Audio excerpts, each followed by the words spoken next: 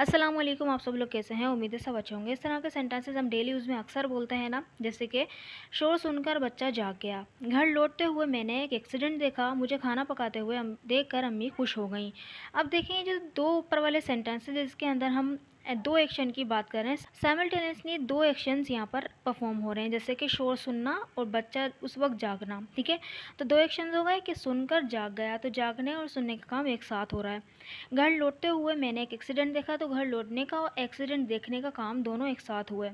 किस तरह से हम सेंटेंस को बनाएंगे? अब देखिए यहाँ पे मुझे खाना पकाते हुए देखकर अम्मी खुश हो गई। अब देखिए यहाँ पे तीन काम है, तीन एक्शन है, खाना पकाना, देखना और खुश होना। ठीक है, तो इस तरह के सेंटेंसेस को बनाने के लिए जो हम यूज़ करते हैं बेसिकली प्रेजेंट पार्टिसिपल का यूज़ करते हैं। बिल्कुल सिंपल सा कॉन्सेप्ट है, बस आप वीडियो को पूरा गौर से देखिएगा। देखिए सबसे पहले जो है पार्टिसिपल हम समझ लेते हैं कि प्रेजेंट पार्टिसिपल होता क्या है। प्रेजेंट पार्टिसिपल जो है बेसिकली एक वर्ब की आईएनजी फॉर्म जो होती है हमारी, वो प्रेजेंट पार्टिसिपल कहलाती है।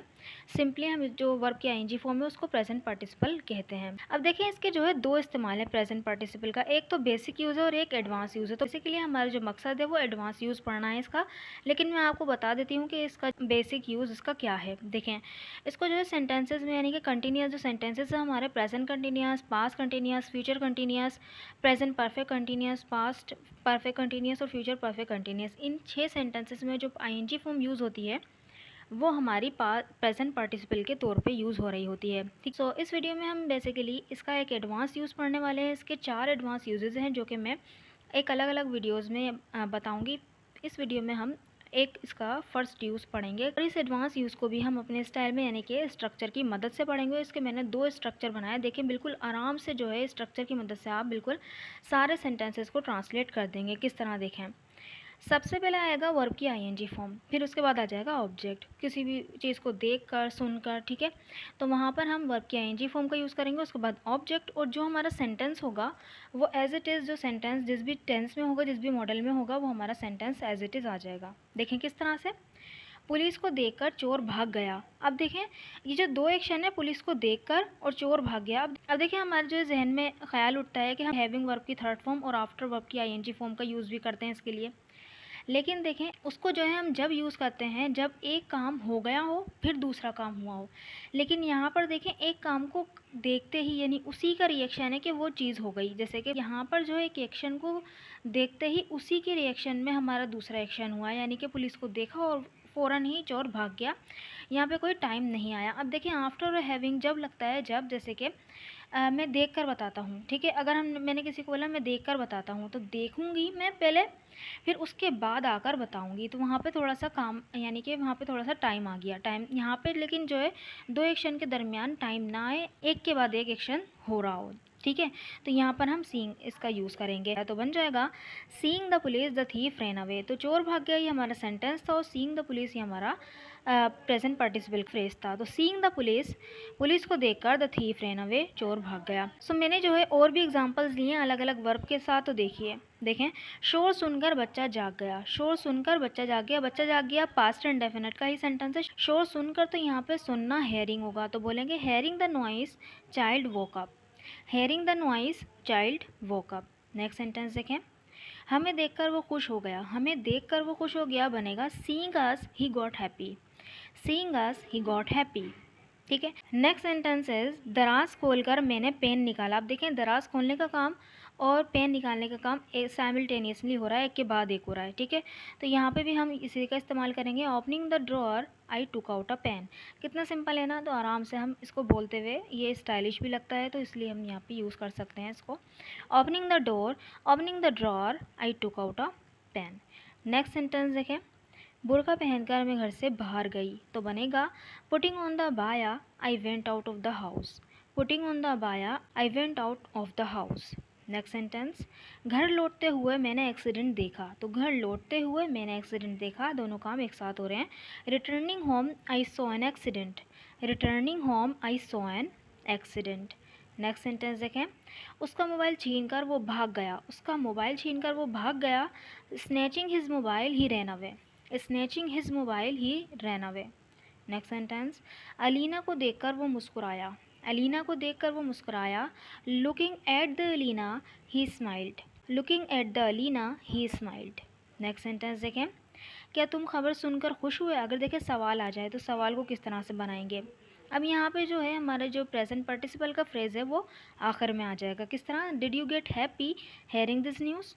Did you get happy hearing this news? ठीक है, सिंपल इस तरह से हम बना देंगे। नेक्स्ट सेंटेंस देखें, क्या वो दरवाज़ा खोलकर अंदर गया? तो बन जाएगा did he go inside opening the door? Did he go inside opening the door? तो यहाँ पे ये जो वर्ब की आईएनजी फॉर्म और ऑब्जेक्ट है यानी प्रेजेंट पार्टिसिपल का जो फ्रेज़ है वो बिल्कुल भी चेंज नहीं होगा, सेम उसी तरह रहेगा और जो सवाल जिस तरह बनता है हम वो बना देंगे। नेक्स्ट सेंटेंस, क्या वो तुम्हें देखकर मुस्कुराई? क्या वो तुम्हें देखकर मुस्कुराई? तो बनेगा did she smile seeing you? Did she smile seeing you? So I hope आपको ये फर्स्ट स्ट्रक्चर समझ में आ गया होगा। So this sentence is for you to translate. मुझे देखकर मेरा भाई पढ़ने लगा। मुझे देखकर मेरा भाई पढ़ने लगा। इस सेंटेंस को बनाकर ज़रूर कमेंट बॉक्स में लिखिए। हम सेकंड स्ट्रक्चर की तरफ बढ़ते हैं। इसी का ही हमारा जो सेकंड यूज़ है यानी सेकंड स्ट्रक्चर है वो क्या है देखते हैं। देखें, सबसे पहले जो आएगा यहाँ पर दो वर्ब और दो ऑब्जेक्ट होंगे। ठीक है, वर्ब की आईएनजी फॉर्म, फिर ऑब्जेक्टिव प्रोनाउन आएगा यानी किसको देखकर, यानी किसी को कुछ करते हुए देखा है ना, जैसे कि मुझे कपड़े धोते हुए देखकर, तो यहाँ पे आएगा seeing me washing the clothes. Seeing me washing the clothes. मुझे खाना पकाते हुए देखकर, तो seeing me cooking the food. मुझे मोबाइल चलाता हुआ देखकर, seeing me using the mobile. इस तरह से हम यूज़ करेंगे इसका। ठीक है, यानी कि किसी ने हमें कुछ करते हुए देखा या हमने किसी को कुछ करते हुए देखा। ठीक है, फिर उसके बाद आएगा जो सेंटेंस होगा वो आ जाएगा। देखें इसके सेंटेंसेस लेते हैं एग्जांपल के तौर पे। मुझे खाना पकाते हुए देखकर मेरी अम्मी खुश हो गई। तो खाना मैं पका रही थी लेकिन मुझे ही उन्होंने खाना पकाते हुए देखा और खुश हो गई। तो किस तरह बनेगा? बनेगा seeing me cooking food my mother got happy. Seeing मी, ये मुझे देखकर क्या करते हुए, कुकिंग फूड खाना पकाते हुए देखकर, माई मदर गॉट हैप्पी मेरी अम्मी खुश हो गई। ठीक है, नेक्स्ट सेंटेंस देखें, उसे कुछ बुरा कहते हुए सुनकर मैंने उसे डांटा। उसे कुछ बुरा कहते हुए सुनकर मैंने उसे डांटा। तो उसे कुछ बुरा कहते हुए मैंने सुना और डांटा भी मैंने। तो बनेगा किस तरह? Hearing him saying something bad.